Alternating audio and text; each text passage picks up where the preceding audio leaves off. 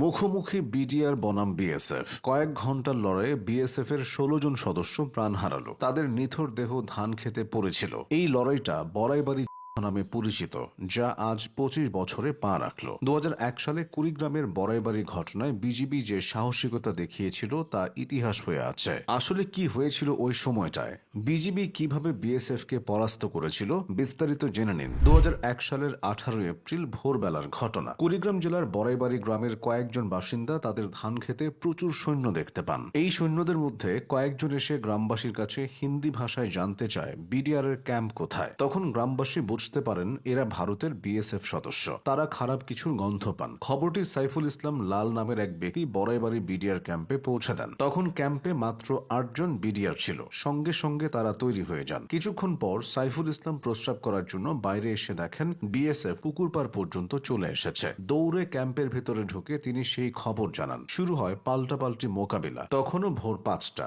রুহুল আমিন নামের এক ব্যক্তি গ্রামবাসীকে ঐক্যবদ্ধ করেন। অল্প সময়ের ভেতর তিনি ১২ জন আনসার সদস্যকে জড়ো করে ফেলেন। পরে গ্রামবাসীরা বিজেপির সাথে মিলে বিএসএফ এর বিরুদ্ধে প্রতিরোধ গড়ে তোলে। ভোর ৫টা থেকে সকাল ১১টা পর্যন্ত পাল্টাপাল্টি লড়াই চলেছিল। বিএসএফ সদস্য ছিল কয়েকশো। বড়াইবাড়ি বিডিআর ক্যাম্পের সেই ৮ জন সদস্য প্রচন্ড মনোবল এবং সাহস নিয়ে প্রথম ৪ ঘন্টা জবাব দিয়েছিল। এরই মধ্যে আশপাশের আরো দুটি বিডিআর ক্যাম্প থেকে আরো ২০ জন সদস্য যোগ দেন। পরে বিডিআর সদর দফতরের নির্দেশনায় জামালপুর এবং ময়মনসিংহ থেকে আরো বিডিআর সদস্য পাঠানো হয়। এভাবে ১৮ এপ্রিল সারাদিন এবং রাত গড়িয়ে ১৯ এপ্রিল রাত পর্যন্ত থেমে থেমে জবাব চলতে থাকে। পরিস্থিতি শান্ত হলে ১৬ জন বিএসএফ সদস্যের নিথর শরীর পাওয়া যায় বাংলাদেশের সীমান্তের ভেতরে। স্থানীয় বাসিন্দা এবং তৎকালীন বিডিআর সদস্যদের দাবি ছিল সে ঘটনায় বিএসএফ এর আরো বেশি সৈন্য প্রাণ হারালেও অনেকের নিথর দেহ তারা ভারতে নিয়ে গেছে। যে ১৬ জনকে নিয়ে যেতে পারেনি তারা ধান খেতে পড়েছিল।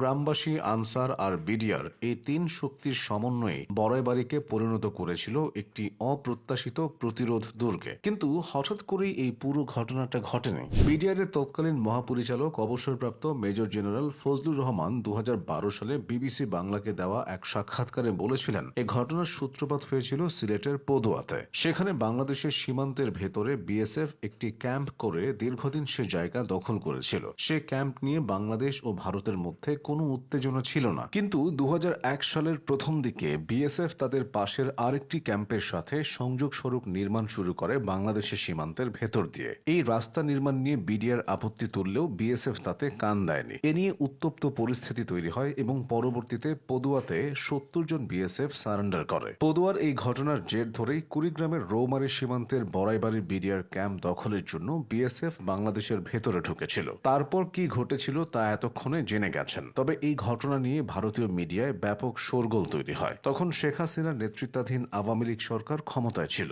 বিডিআর মহাপরিচালক মেজর জেনারেল ফজলুর রহমানকে সেনাবাহিনীতে ফেরত আনা হয়। এরপর ২০০১ সালে বিএনপি সরকার ক্ষমতায় আসার পর সেনাবাহিনী থেকে তাকে বাধ্যতামূলক অবসর দেওয়া হয়। ২০১২ সালে বিবিসি বাংলাকে দেওয়া এক সাক্ষাৎকারে ফজলুর রহমান বলেছিলেন সে ঘটনার জন্য তাকে দায়ী করা হলেও এর কোনো ভিত্তি নেই। সে যাই হোক, বড়াইবাড়ির এই ঘটনা প্রমাণ করে দেয় তৎকালীন বিডিআর তথা বর্তমান বিজিবি কতটা সাহসী।